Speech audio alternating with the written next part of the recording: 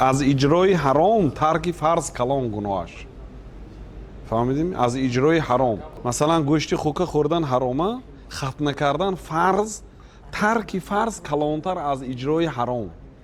ترک فرض مثلا نماز فرض نمیخوانی. اینه گناهش کلام یا خوک خوردن کلام گناهش کنی گوچی؟ یک آدم نمازی بامداده قصدن گفت که بیا گفت یا برو ساعت 10 مانیم گفت. ساعت حالی 8 شب. خور افسوده است بودیلنی که یا برو 12 میمونم گفت بامداد نمیخونم پگه گفت.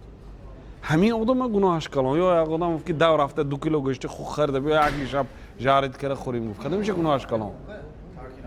ترک نماز کافر میشه این خوک کدی کافر نمیشه آدم. دیدی نمیدونی؟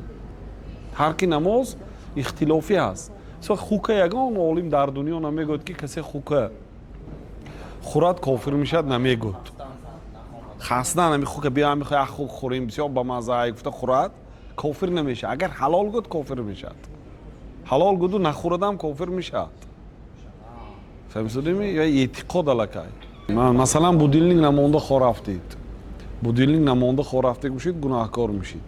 بودیلنگ موندید با اینه گفتید با اینه گفتید با وجود همیه هم بیدار کنند هیچ چی نفهمیدگی باشید همون بیدار شدگی وقتانده تیز خوندن دکن جاشنده خونده میتید انشاءالله گناهکار نمیشید لیکن اینم بردوام نباشد ده